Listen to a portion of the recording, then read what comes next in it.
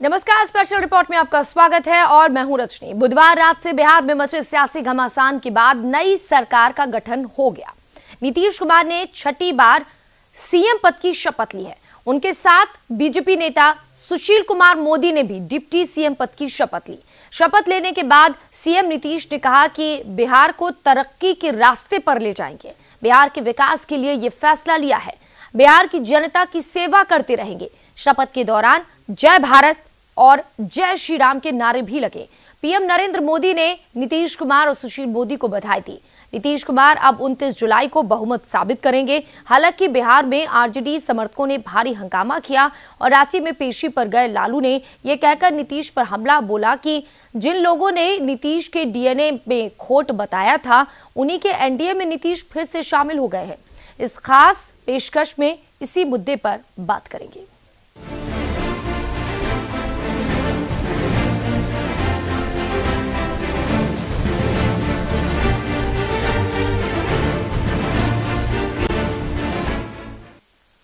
बिहार में महज 2 घंटे में सरकार बदल गई। अब तक जिस नीतीश कुमार के साथ आरजेडी और कांग्रेस खड़ी थी, अब उन्हीं नीतीश कुमार ने बीजेपी के साथ सीएम पद की शपथ ली। देखिए रिपोर्ट।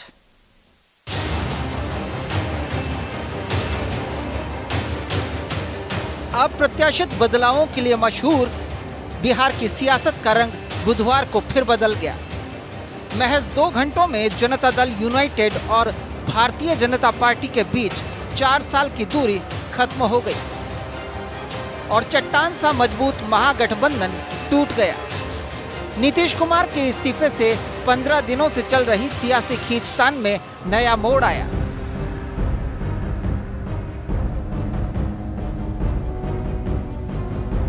और बीजेपी जेडीयू में गठबंधन हो गया।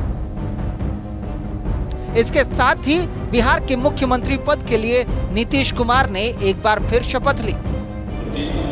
संविधान और विधि के अनुसार न्याय करूंगा।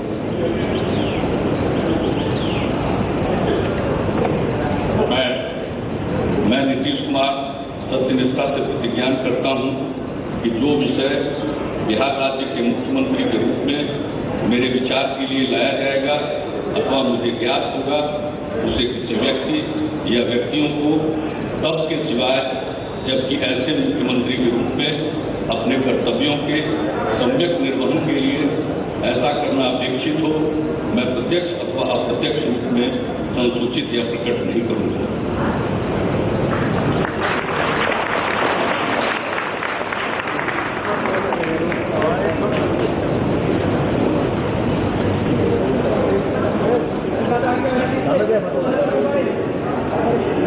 ऐसा ही कुछ 20 महीने पहले भी हुआ था। अंतर सिर्फ इतना है कि तब नीतीश के साथ आरजेडी और कांग्रेस के नेता मौजूद थे। वहीं अब जेडीयू के साथ एनडीए खड़ा है। एनडीए के समर्थन के साथ नीतीश ने सीएम और सुशील मोदी ने डिप्टी सीएम पद की शपथ ली।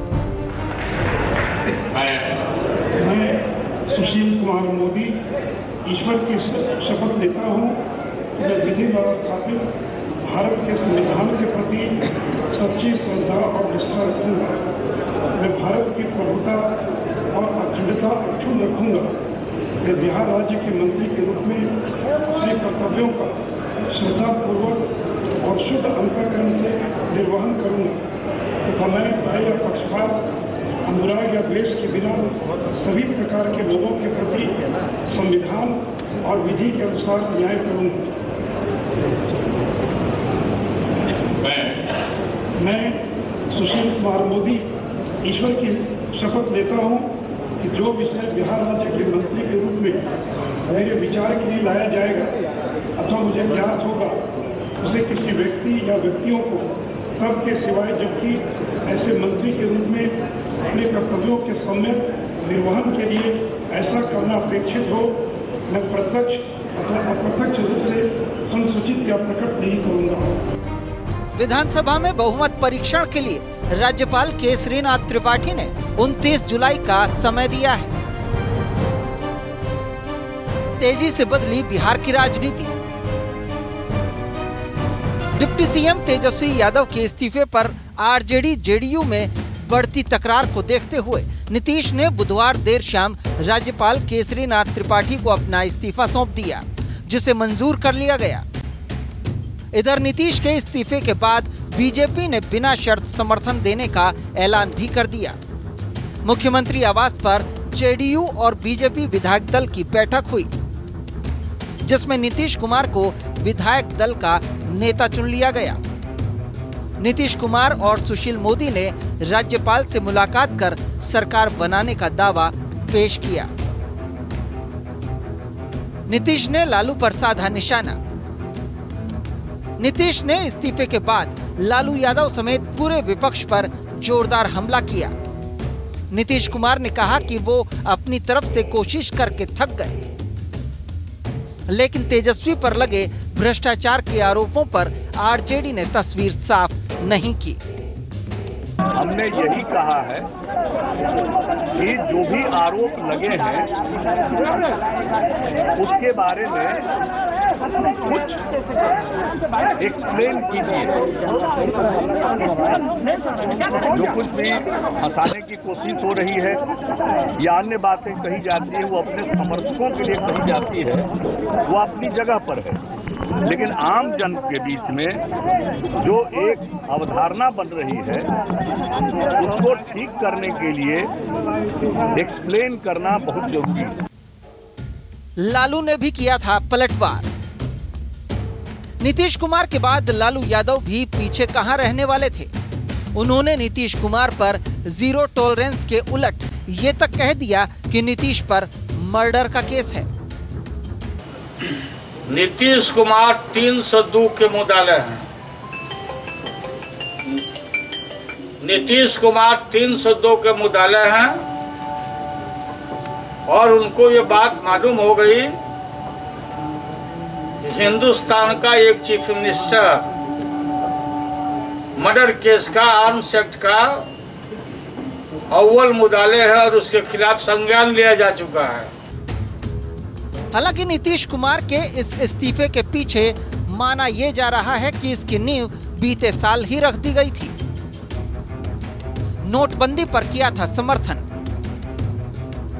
जब पूरा विपक्ष नोटबंदी के खिलाफ सरकार को घेरे हुए था, ऐसे में नीतीश ही थे जिन्होंने पीएम के इस कदम का स्वागत किया था। नहीं, मैं इस केंद्र सरकार के इस निर्णय का मैं स्वागत करता हूं और इसका समर्थन भी करता हूं। शुरुआती दौर में लोगों को थोड़ी परेशानी होगी, स्वाभाविक है, लेकिन कुल मिलाकर इसका लाभ ही होगा देश की अर्थव्यवस्था को। मेरी ऐसी समझ है और मेरी ऐसी मान्यता है, इसलिए मैं इसका स्वागत करता हूं और इसका समर्थन भी करता हूं। पटना साहिब में नीतीश मोदी ने एक दूसरे की तारीफ। इस साल गुरु गोविंद सिंह जी की 350वीं जयंती के मौके पर पीएम मोदी 5 जनवरी को प्रकाश उत्सव में शामिल होने के लिए पटना पहुंचे थे। ऐसे में मोदी की सुरक्षा की कमान खुद नीतीश कुमार ने संभाली। दोनों ने इस मौके पर एक दूसरे की जमकर तारीफ की थी। गुजरात में तो गुजरात की स्थापना काल से ही शराबबंदी लागू है और हमारे आदरणीय प्रधानमंत्री जी प्रधानमंत्री पद के पदभार ग्रहण करने के पहले गुजरात के मुख्यमंत्री थे। 12 वर्षों तक वहां के मुख्यमंत्री रहे और उन्होंने भी मजबूती से शराबबंदी को लागू किए रखा। नीतीश जी को हृदय से एक बात के लिए अभिनंदन करता। समाज परिवर्तन का काम बड़ा कठिन होता है, बहुत मुश्किल काम होता है। उसको हाथ लगाने की हिम्मत करना भी बड़ा मुश्किल काम होता है। लेकिन उसके बावजूद भी नशा मुक्ति का जिस प्रकार से उन्होंने अभियान चलाया है, आने वाली पीढ़ियों को बचाने के लिए उन्होंने जो बीड़ा उठाया है, मैं उनकी बहुत बहुत अभिनंदन करता हूं, बधाई देता हूं। शपथ ग्रहण में पहली पंक्ति में नजर आए थे नीतीश। विपक्ष से अलग रामनाथ कोविंद को राष्ट्रपति पद के लिए समर्थन देने का फैसला कर नीतीश हाल ही में बीजेपी के करीब आ गए थे। इसकी वानगी तब देखने को मिली जब कोविंद के शपथ ग्रहण समारोह में उन्हें बीजेपी के शीर्ष नेतृत्व के साथ पहली कतार में जगह दी गई थी। बहरहाल बिहार की सियासत में अचानक आए इस भूचाल ने सभी सियासतदान में हड़कंप मचा दिया है। हाँ, इस बीच ये कहना गलत नहीं होगा कि राजनीति में सब जायज है। स्पेशल डेस्क से अंकुर जाकड़ की रिपोर्ट।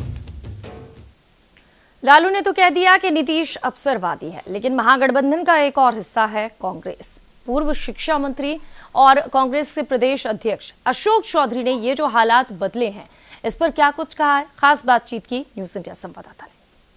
अशोक चौधरी हमारे साथ मौजूद हैं। सर, जिसकी अगुवाई में चुनाव लड़ा, जिसको आप लोगों ने मुखिया बनाया बिहार का, उन्होंने बीजेपी के साथ चुन लिया।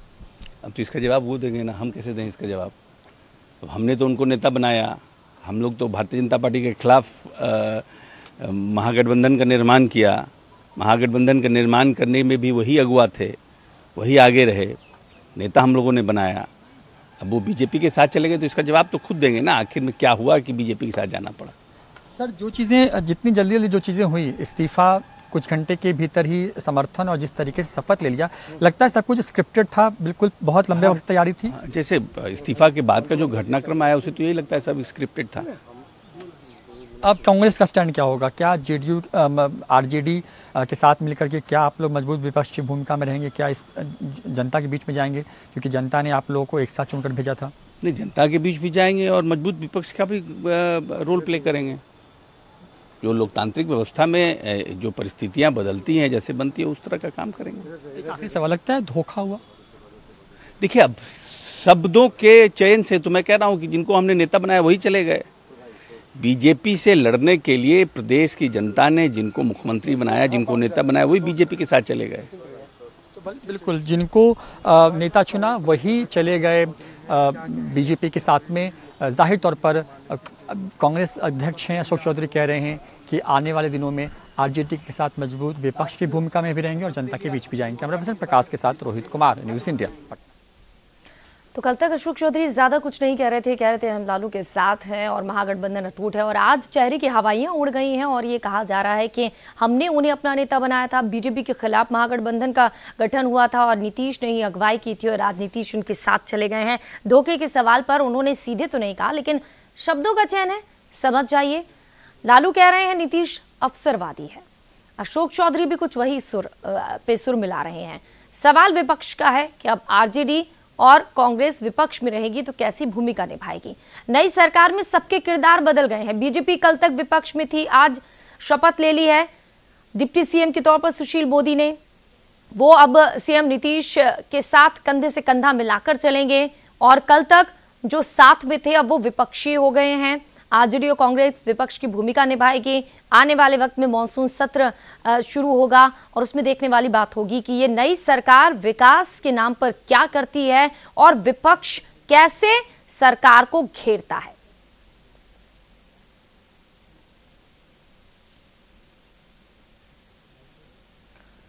लालू ने नीतीश पर हमला किया है, प्रतिक्रियाएं भी लगातार आ रही हैं। अशोक चौधरी से भी बात की, उन्होंने अपनी बात रखी है। एक उदासी सी सबके चेहरे पर है कि सबसे बड़ा दल हमारा था। लालू कह रहे हैं हमें मौका नहीं मिला। क्या स्क्रिप्टेड थी ये पूरी की पूरी कहानी, सेटिंग थी? उन्होंने कहा लगता तो यही है कि भाई इस्तीफा दिया, उसके बाद तुरंत चले गए बीजेपी के साथ और ये देखिए शपथ भी ले ली उन्होंने और अब नई सरकार भी बन गई है। तो नई सरकार को लेकर निशाने भी साधे जा रहे हैं।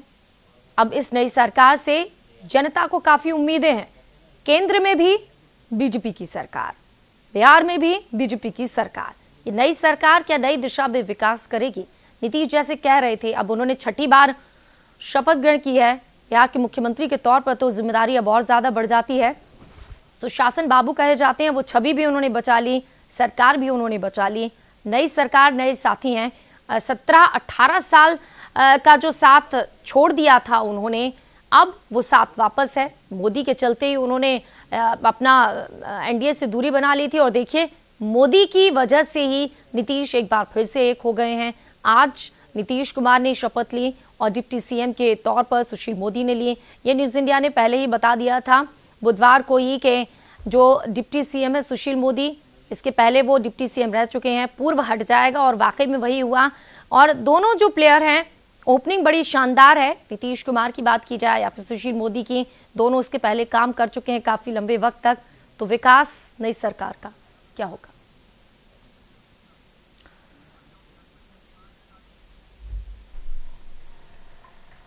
और इस वक्त हमारे साथ मेहमान भी जुड़ गए हैं, राजनीतिक विश्लेषक डॉक्टर संजय जी जुड़ गए हैं, जेडीयू के नेता सैयद अफजल अब्बास जी जुड़ गए हैं। बहुत बहुत स्वागत है आप दोनों का। सैयद अफजल अब्बास साहब, आपसे ही सबसे पहले सवाल, बिहार में नई सरकार है, मुख्यमंत्री वही हैं, साथी बदल गए हैं, बात विकास की करें क्योंकि हम विकास चाहते हैं, जनता भी विकास चाहती है, आप भी विकास चाहते हैं, कैसे सब कुछ संभव कर पाएंगे? देखिए, नीतीश कुमार का इतिहास पहले का उठा के देखिए तो जाहिर सी बात है 2005 से लेके अब तक विकास के नाम से जाने रहे और एक स्वच्छ छवि की नेता रहे। और जो अभी राजनीतिक घटना शुरू हुआ, इसके अलावा मैं बात करना चाह रहा हूँ, जो बिहार में चाहिए फंड, बिहार को डेवलपमेंट के लिए अफसोस की बात है कि 20-22 साल में समझता हूँ 20-22 से ज्यादा होगा, बिहार में जब सरकार किसी की बनती थी तो केंद्र में किसी और की।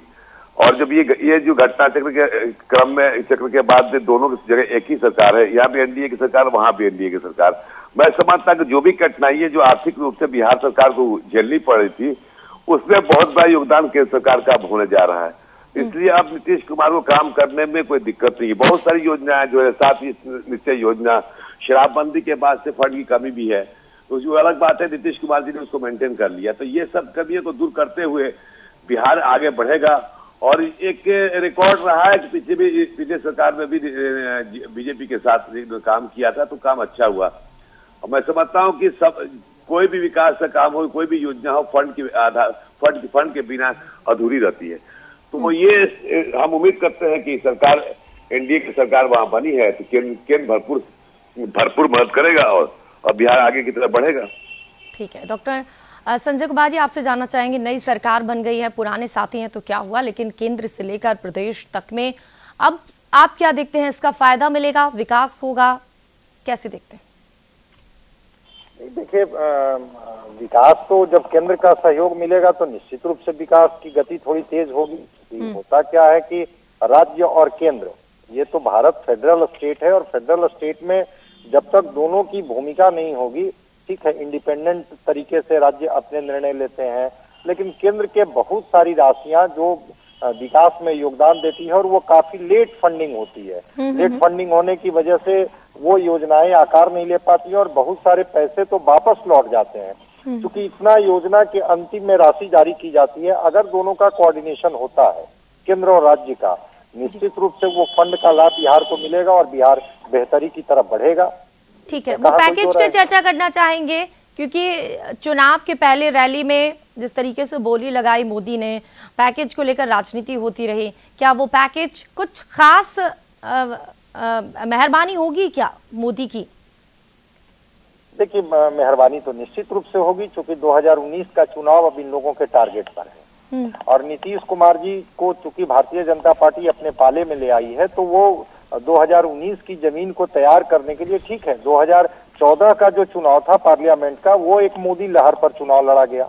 2019 में जब तक ये लोग कोई ठोस परिणाम नहीं दिखाएंगे तब तक उस पर चुनाव नहीं लड़ा जा सकता है। और बिहार और उत्तर प्रदेश में तो इनको जमीन अपनी बनानी होगी और वो जमीन बनानी होगी काम के आधार पर। तो चूंकि वो कोई राष्ट्रीय स्वयंसेवक संघ या भारतीय जनता पार्टी के अध्यक्ष नहीं बोल रहे थे, देश के प्रधानमंत्री आरा की सभा में बोल रहे थे और उन्होंने जो 125 करोड़ की राशि की जो फंडिंग की, अगर वो नहीं देते हैं बिहार को, वो उन पैसों से कोई योजनाएं आकार नहीं लेती हैं, तो जब चुनाव आएगा 2019 का तो ये सवाल तो खड़े होंगे और ये सवाल भारतीय जनता पार्टी से खड़ी होगी, ये सवाल प्रधानमंत्री मोदी जी से खड़े होंगे। इसलिए मैं समझता हूं कि निश्चित रूप से एक जो कहीं ना कहीं से था कि अगर वो पैसा मैं बिहार में जारी करता हूं और उस पैसे से अगर बिहार का बेहतरी होता है तो इसका श्रेय नीतीश कुमार को जाएगा, शायद अब उसका पटाक्षेप हो गया है और अब इसका लाभ तो निश्चित रूप से केंद्र सरकार को मिलेगी, भारतीय जनता पार्टी को मिलेगी। ये फंड के पैसे हैं और इससे बिहार और बेहतर बिहार बन रहा है, विकसित बिहार बन रहा है। सैयद अफजल साहब, आपसे ये सवाल, बहुत बड़ी भूल कर दी थी क्या आप लोग ने कांग्रेस और आरजेडी के साथ जाकर? ये भूल इसको नहीं करे, वक्त की जरूरत थी, उसे किया गया। आज वक्त की जरूरत थी, जो हाथ पैदा कर दिया गया था। अजय आलोक जी कह रहे बहुत बड़ी भूल थी हमारी ये। जी अजय आलोक जी कह चुके हैं बहुत बड़ी भूल थी हमारी, अब सुधार लिया हमने। अब अजय आलोक जी बोले प्रवक्ता है, बोल सकते हैं, लेकिन मैं समझता हूँ उस वक्त की जरूरत थी बना, लेकिन अभी अब एक तो भूल कर रहे हैं इस आधार पर जी के आज चले गए तो हम पार्टी में हैं, लेकिन उसके बाद भी सच बोलना चाहिए। उस वक्त की जरूरत थी, हमने किया, लेकिन हालात इस तरह से उन्होंने पैदा कर दिया, इस आधार पे वही भूल हुई। जो आपका रवैया रहा उस आधार पर लगता है कि हमसे भूल हो गई। ठीक है, हमसे भूल हो गई, अब क्या करें।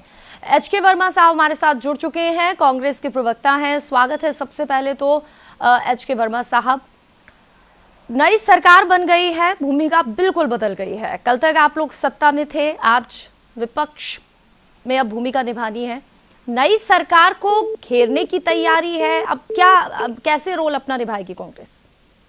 देखिए, आप जो नई सरकार का गठन जरूर हो गया है, लेकिन 2015 के बिहार विधानसभा चुनाव में नीतीश जी गए थे तो महागठबंधन में कांग्रेस, जनता दल यू और आरजेडी था। एक साथ निश्चय पर इन्होंने कार्यक्रम चलाया था, इसलिए जनता ने उसको 5 वर्ष का मैंडेट दिया था। अगर आपस में कुछ थी डिफरेंसेस था तो उसको मिल बैठकर सुलझाना चाहिए था। एचके वर्मा साहब, रात गई बात गई, अब तो नई सरकार आ गई। तो देखिए, संविधान में यह फेडरल स्टेट हिंदुस्तान में संविधान है, संविधान के अंतर्गत राज्य सरकार और केंद्र सरकार रहती है। किसी दूसरी पार्टी की सरकार राज्य में हो सकती है, केंद्र में किसी दूसरी पार्टी की सरकार होती है, लेकिन पैसा जो केंद्र सरकार देती है या राज्य, सब जनता के टैक्स से पैसा आता है और जनता की भलाई के लिए खर्च होता है जी। और 2004 से 2014 के बीच जब केंद्र में यूपीए सरकार थी तो उस समय बिहार में कांग्रेस की सरकार कहीं नहीं थी। लेकिन उन्होंने 10 वर्ष के दौरान केंद्र सरकार ने 2 लाख करोड़ का